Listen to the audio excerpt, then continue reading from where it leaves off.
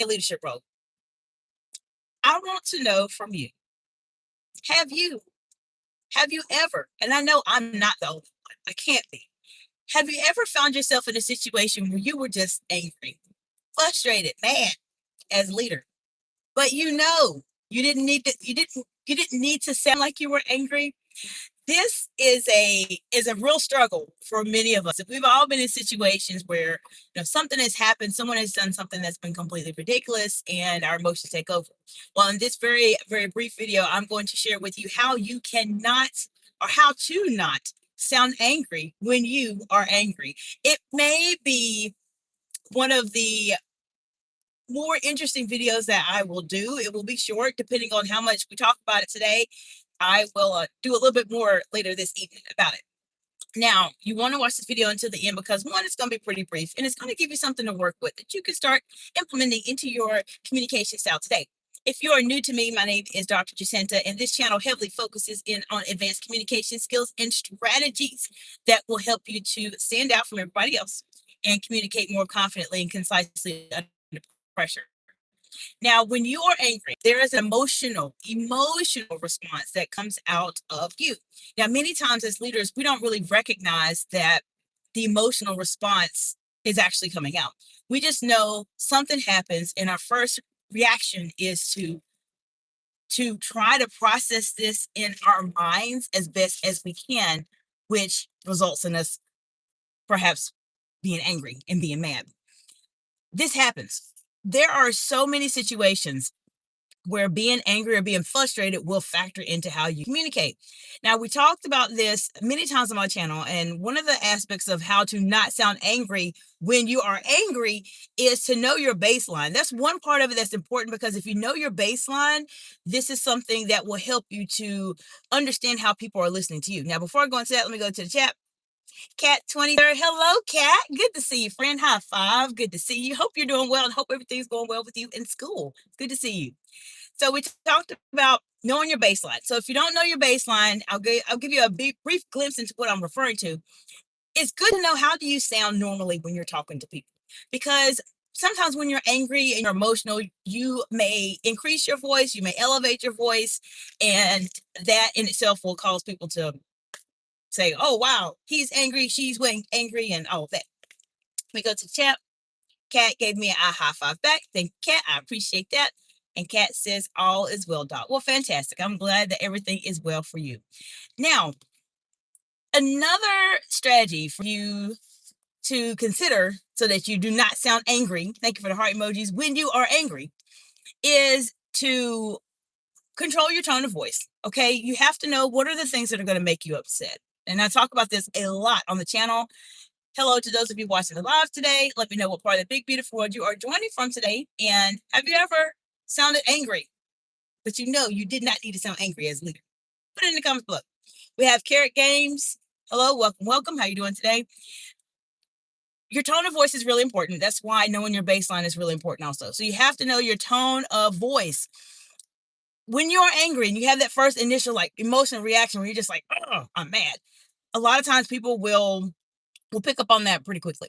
And you don't want to be in that situation if you can help it. I'm going to give you one secret, and then I'll talk about this a little bit more this evening. But I'm going to give you one secret to help you not sound angry when you are angry. But let me go to the chat first. We have Ostro Goth. Hello, welcome. Ostro says, thank you for your sharing. You're welcome, welcome.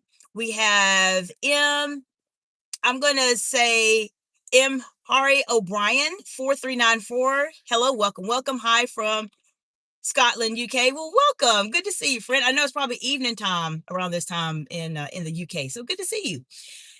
My secret, I'm going to share it with you really quickly, to how to not sound angry when you are angry, is to slow down when you are speaking to that individual as a leader. This is something that I share with my clients in a one-on-one session, but this is a skill that I have adapted that has helped me quite a bit, because many times as individuals, when we're angry, when we're excited, when we're upset, our pace in terms of how we speak tends to speed up. It tends to go a little bit faster than what we normally would want it to go.